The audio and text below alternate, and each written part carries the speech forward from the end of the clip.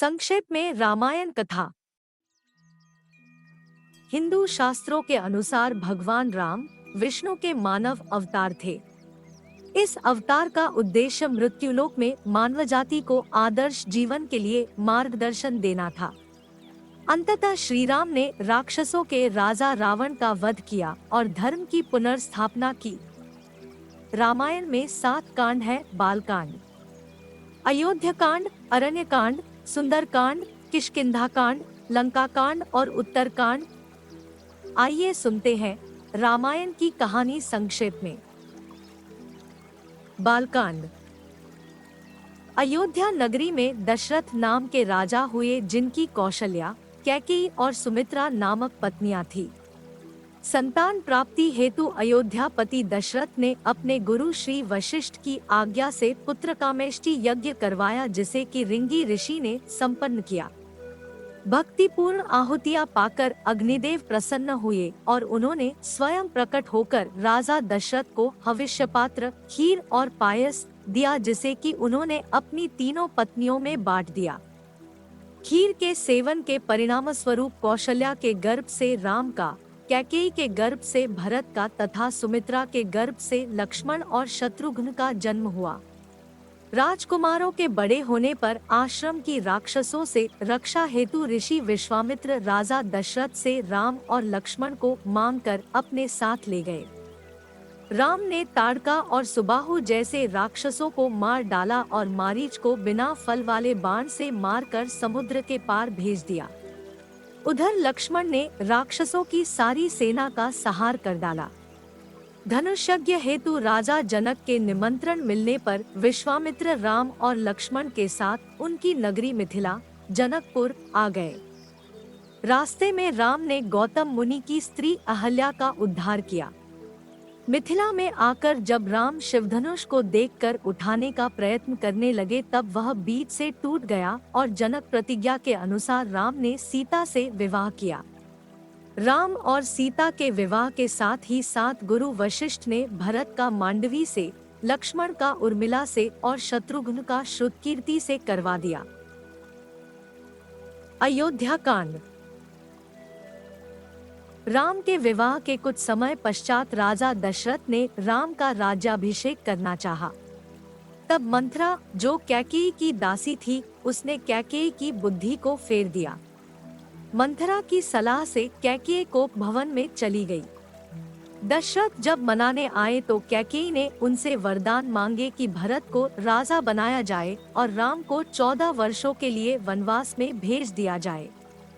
राम के साथ सीता और लक्ष्मण भी वन चले गए। ऋग्वेरपुर में निषादराज गो ने तीनों की बहुत सेवा की।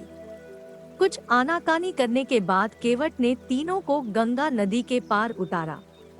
प्रयाग पहुंचकर राम ने भारद्वाज मुनि से भेंट की। वहां से राम यमुना स्नान करते हुए वाल्मीकि ऋषि के आश्रम पहुंचे। वाल्मीकि से हुई मंत्रणा के अनुसार राम, सीता और लक्ष्मण चित्रकूट में निवास करने लगे। अयोध्या में पुत्र के वियोग के कारण दशरथ का स्वर्गवास हो गया। वशिष्ठ ने भरत और शत्रुघ्न को उनके ननिहाल से बुलवा लिया।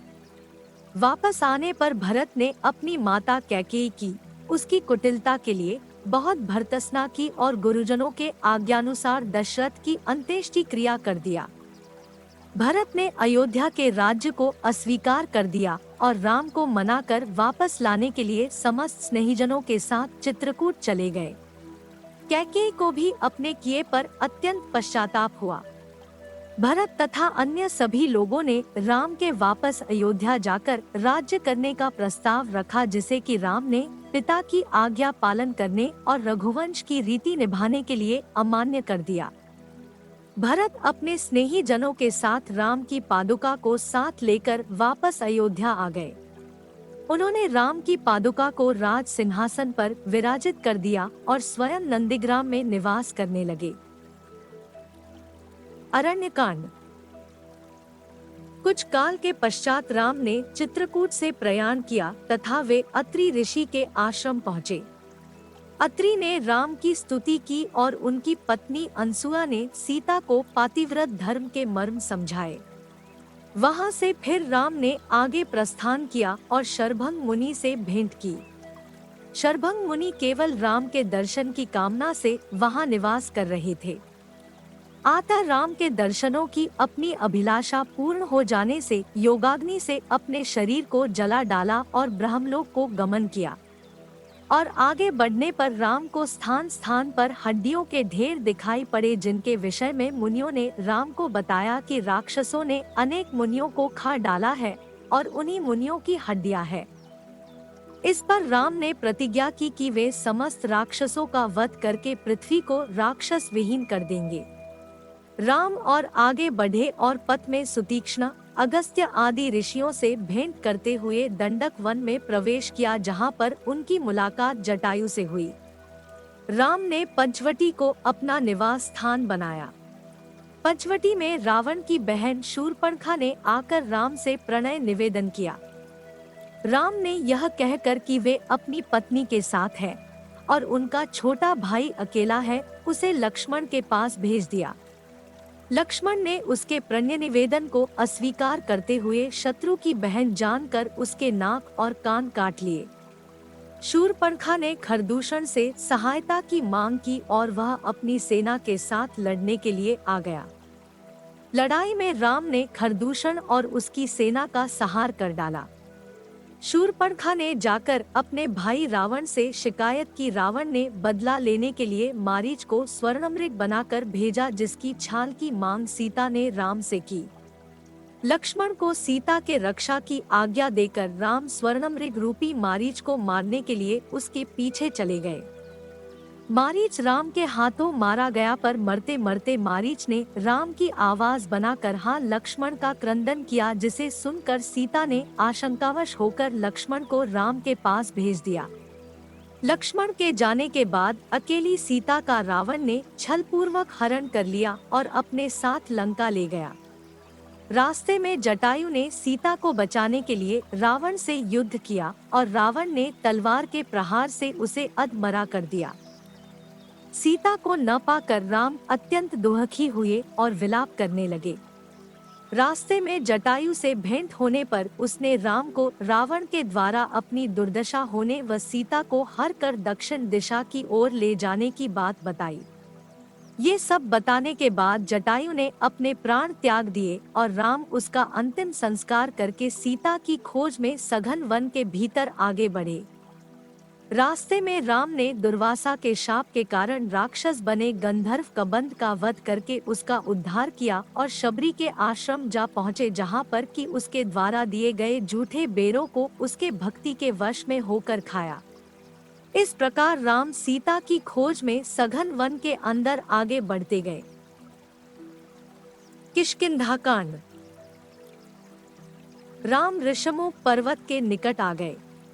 उस पर्वत पर अपने मंत्रियों सहित सुग्रीव रहता था। सुग्रीव ने इस आशंका में कि कहीं बाली ने उसे मारने के लिए उन दोनों वीरों को न भेजा हो, हनुमान को राम और लक्ष्मण के विषय में जानकारी लेने के लिए ब्राह्मण के रूप में भेजा। यह जानने के बाद कि उन्हें बाली ने नहीं भेजा है, हनुमान ने राम और सुग्रीव में मित्रता करवा दी। सुग्रीव ने राम को सांत्वना दी कि जानकी जी मिल जाएंगी और उन्हें खोजने में वह सहायता देगा। साथ ही अपने भाई बाली के अपने ऊपर किए गए अत्याचार के विषय में बताया। राम ने बाली का वध करके सुग्रीव को किष्किंधा का राज्य तथा बाली के पुत्र अंगद को युवराज का पद दे दिया। राज्य प्राप्ति के बाद सुग्रीव विलास में लिप्त हो गया और वर्षा तथा शरद ऋतु व्यतीत हो गई।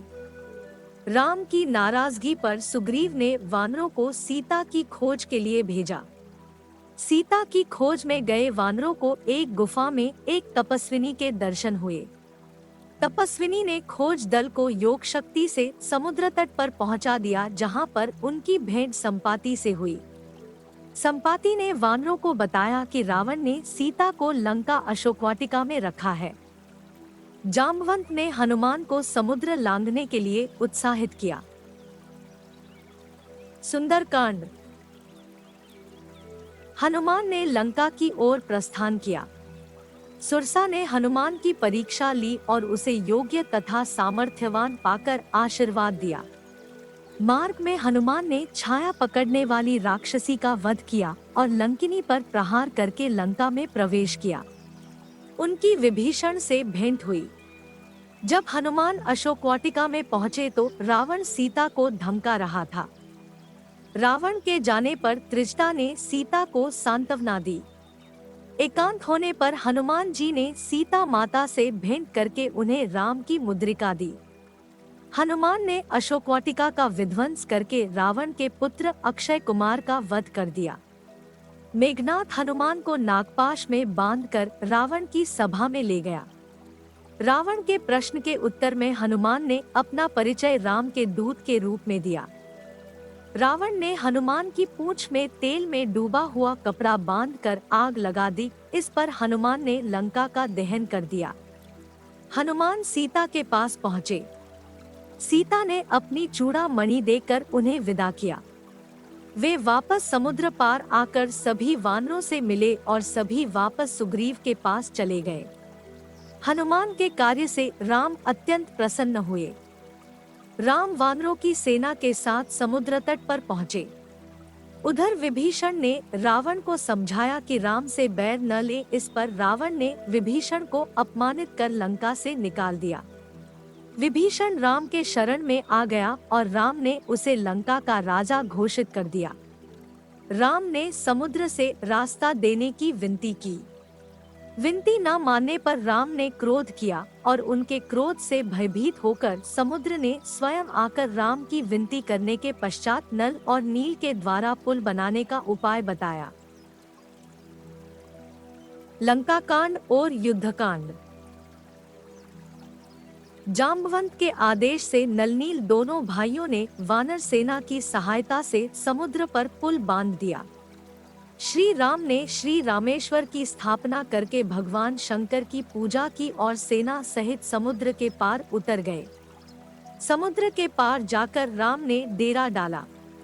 पुल बंध जाने और राम के समुद्र के पार उतर जाने के समाचार से रावण मन में अत्यंत व्याकुल हुआ। मंदोदरी के राम से बैर न लेने के लिए समझाने पर भी रावण का अहंकार नहीं गया। इधर राम अपनी वानर सेना के साथ मेरु पर्वत पर निवास करने लगे। अंगद राम के दूत बनकर लंका में रावण के पास गए और उसे राम के शरण में आने का संदेश दिया, किंतु रावण ने नहीं माना। शांति के सारे प्रयास असफल हो जाने पर युद्ध आरंभ हो गया। लक्ष्मण और मेघनाद के मध्य घोर युद्ध हुआ।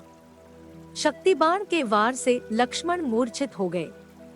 उनके उपचार के लिए हनुमान सुषेण वैद्य को ले आए और संजीवनी लाने के लिए चले गए। गुप्तचर से समाचार मिलने पर रावण ने हनुमान के कार्य में बाधा के लिए कालनेमी को भेजा, जिसका हनुमान ने वध कर दिया। औषधि की पहचान न होने के कारण हनुमान पूरे पर्वत को ही उठाकर वापस चले। मार्ग में हनुमान को राक्षस होने के संदेह में भरत ने बाण मारकर मूर्छित कर दिया, परंतु यथार्थ जानने पर अपने बाण पर बैठाकर वापस लंका भेज दिया। इधर औषधि आने में विलंब देखकर राम प्रलाप करने लगे। सही समय पर हनुमान औषधि लेकर आ गए और सुषेण के उपचार से लक्ष्मण स्वस्थ हो गए। रावण ने युद्ध के लिए कुंभकर्ण को जगाया।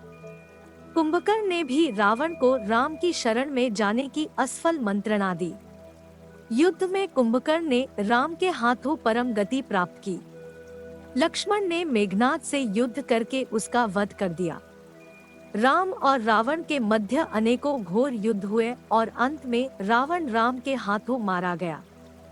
विभीषण को लंका का राज्य सौंप कर राम, सीता और लक्ष्मण के साथ पुष्पक विमान पर चढ़कर अयोध्या के लिए प्रस्थान किया।